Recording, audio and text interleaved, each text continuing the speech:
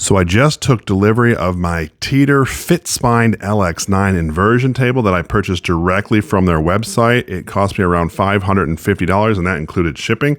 I am a little nervous about this side of the box. It looks pretty crushed. We're gonna lay this down, cut the straps, and open it up. So the good news is this is already 85% pre-assembled. I like that. There's also an app that you could use if you need help along with the assembly process. They conveniently locate the QR code on the inside of the box so we can open that up. And this is going to be our assembly instructions. Before we go much further, if you're new here, my name is Jeff, and this is Jeff Reviews for You. I review a whole lot of products. I specialize in reviewing as seen on TV items. Every once in a while, I do a little bit of a DIY just because I like to. If that aligns with something that you're looking for on the internet, I would love it if you would subscribe to my channel and click the bell below. That way you're notified every time I release a video just like this one. One more thing, don't forget to check down the description for my social media, Instagram and Twitter. I would love it if you'd follow me there too. Now, let's get right back to reviewing this Teeter Inversion Table. For being 85% pre-assembled, there are sure a lot of parts down there. Now, it took me about 20 minutes to completely unbox and unpack this item. Now, I did leave some of the cardboard around there, and I'll get that as I go to install. But now we're gonna do the setup process, and we can use the app. And then down here in the corner, that's also the instructions. Let's start. Step one is actually pretty simple. We're just assembling the boarding platform. This piece right here is actually going to fit into down here, and of course there's a corresponding one on the other side. The cool thing is they included the hardware that you need for step one in one bag. That's pretty awesome. So you're going to need these 2 feet and these 4 screws. Let's put it together. All right, so we're just going to slip these down in place.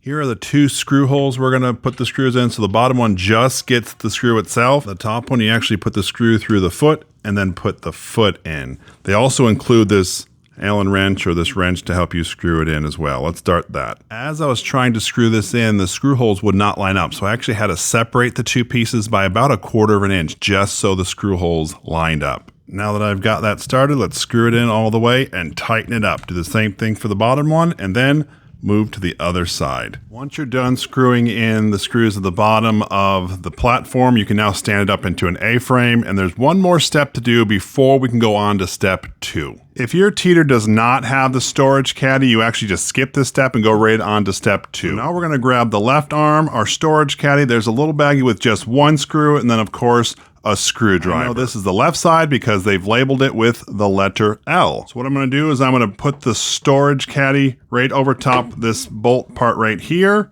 And then in this little area is where I'm gonna screw in the screw. Let me just get a closer look, just so you can see what that looks like. Now that the screw is in there, we're just gonna screw it in tight. Now, let's move on to step number 2. Step 2 has us installing our handles on the sides of the Teeter, and so there are actually going to be 3 screw holes, 1, 2, 3, and again they've conveniently put all of our hardware for step 2 in the same bag. It should be noted that step 2 tells you to only hand tighten these screws or bolts in, and you do not tighten them all the way down until every single piece has been put in step 2. Let's start the process. I should show you that these are just the little bolts out of the pack, and all I'm doing is sticking them into their corresponding section and hand tightening just to get them in. Now I'm going to go do the right side and then go down to the other brackets. Now it's time to actually fit these brackets around this leg and then of course the arm. What you do is you actually link them together just like right here. So they're ready. Stick them on here and snap it into place. Once it's in place, I'm still holding it and I'm actually going to take the bolt part and put it through. I had to look to peek to where it was. It goes through to the other end, and then I'm going to actually install this screw on the other end. Remember, we're still only hand tightening. Once I get that done, I'm also going to do this side and then move to the left side of the unit. Now that we've loosely tightened these brackets down here, we're going to go back up and tighten the handle bolts on both sides. What I'm going to do here is I'm just going to alternate them around just to get an even tightening down here. So I'm just going to alternate once I get them to that point and then go to the other side. Now that the upper parts are tightened, we're going to tighten the lower parts. I'm actually using both Allen wrenches, one on one side, one on the other, and then we're just going to spin at the same time so we get them tightened in. Once you're tight there, you move on to the next section. After completing this step, go on to the other side of the teeter and do the same thing with that handle bracket. So we've put the actual table part on its side, and the next step we're actually going to be assembling our 3-hole roller, that's this, into the hinge. Now mine came pre-assembled with the handle. So in a sense what we're going to do is we're just going to slide this down in there. And there's this little pin here that locks into one of the corresponding pieces. I read the directions, and the directions tell you not to use the first hole for someone over 220 pounds. So I'll put it in the second hole, and then of course we'll lock this down into place. It's important to note that this is now in the locked place, and then of course that is the unlocked position. The directions tell you to make sure you know the difference and familiarize yourself with that. Now what I'm gonna do is I'm gonna flip this and put the other handle side in on the other side. For clarity, the 3 holes are labeled A, B, C, and like I said, the directions tell you do not have it in hole A if the person is over 220 pounds. So I moved it down here. I guess as you go up in weight, all the way up as high as 300, this is the hole you would use. As we move on to the next step to install, we have our table pretty much upside down. This is the bottom part here, and of course our leg attachment will be up here. So I've got my cam locks holding this in place on both sides. What we're gonna do is we're gonna slip it up and lock it in place. I know it's dark, but these cam locks are going to come right up into this section and slide down here, and these pins will lock them in place. Ready?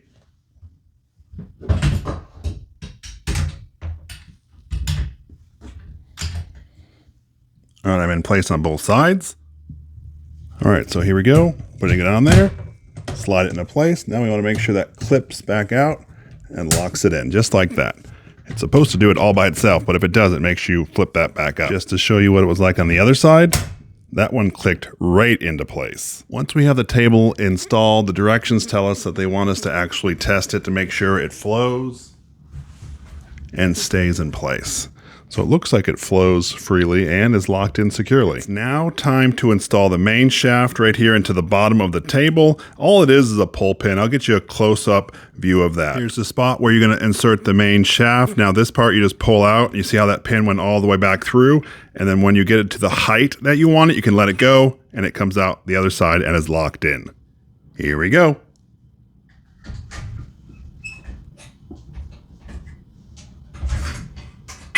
It's really just that simple. So I'm going to put it in at my height, which is about 6 foot 4 inches, and then I'll let the table go back down into its upright position.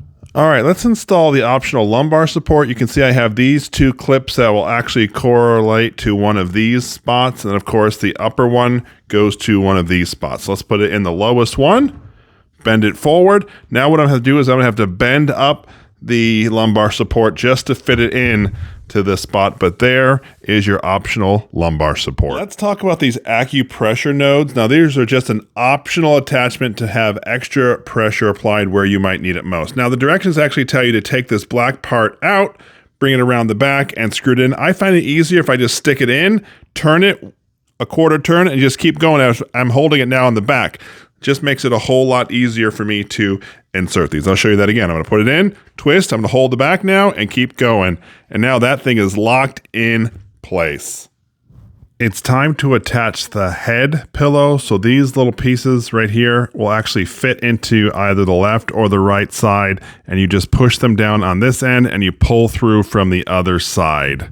Once they're in, you now have your headrest. This particular belt has color-coded bars on it, so it has a green, orange, and red. So if you center that color within the buckle here, it leans you to a certain degree or doesn't let you go past it. So green is 20 degrees, orange is 40 degrees, and red is 60 degrees. This video, we were looking at the Teeter Fitspine LX9 inversion table. It retails for right around $579 with tax, and that's shipped directly to your door. So what did I think of it? Well, first, let's bring you to why I'm actually here. So August 12th, 2004, I was in a car accident, and as a result, I broke my back. I was laid up for a while, but in the end, I did recover and heal. However, from time to time, I have some back problems, which I have to go to a physical therapist or to a chiropractor just to keep me going. a recent visit to the chiropractor, and he recommended that I get an inversion table for just some at-home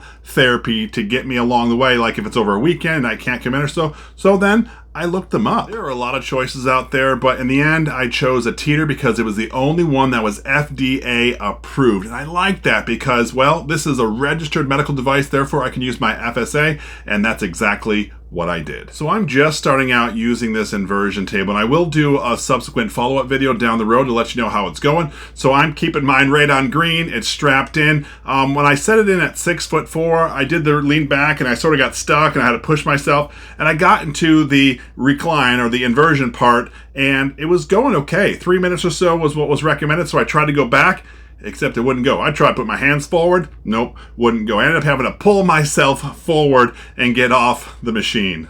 I was a little frustrated because I watched videos of the people at Teeter doing this, and it's just so effortless and smooth, and I just was clunky and I could not do it, and I almost didn't want to do it anymore. Then I started to think of the physics behind it, so I actually changed my height from 6'4" all the way up to 6'6", and I got back on because I wanted to make sure that unit was centered right on my body. And as you see, I can go all the way back. I control it just like they do in the video. Now, it might not be as smooth, but I definitely feel as though I'm in control. I just wanted you to know that.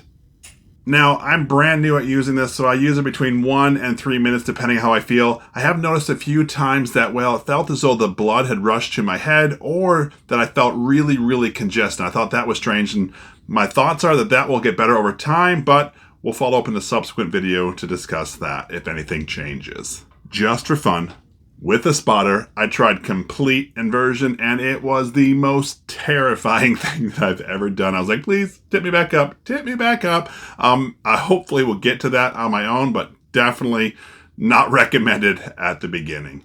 I really like the ankle strap. I've seen some of the other ones where you have to bend all the way down and lock yourself in. This one is right there at your knee height, and it's really safe and secure. And to me, that's important. As for some of those extra things, I only really use the headrest. I don't care for the lumbar support or the acupressure nodes, but those are things that you can also get with this unit. If this is something that interests you, I will leave a link down in the description. This is Jeff with Jeff Reviews for You. As always, thanks for stopping by, and I hope you have a great day. Here is a Teeter all folded up and packed for storage. In my opinion, it's going to be very difficult to put this away somewhere. I really do appreciate that you stayed around for my entire review where I set up and tested out this Teeter Inversion Table. You know what? Not that long ago, I actually did 2 reviews of the Nutrisystem program. One was my first week review, and I'm going to link that one right up here. And then my 1-month follow-up, and I'm going to link that right over here. And I would love it if you would check out either one of these videos. And when you do, by the magic of the internet, I'm going to join you here or here. So go ahead, click one. They're safe, I promise.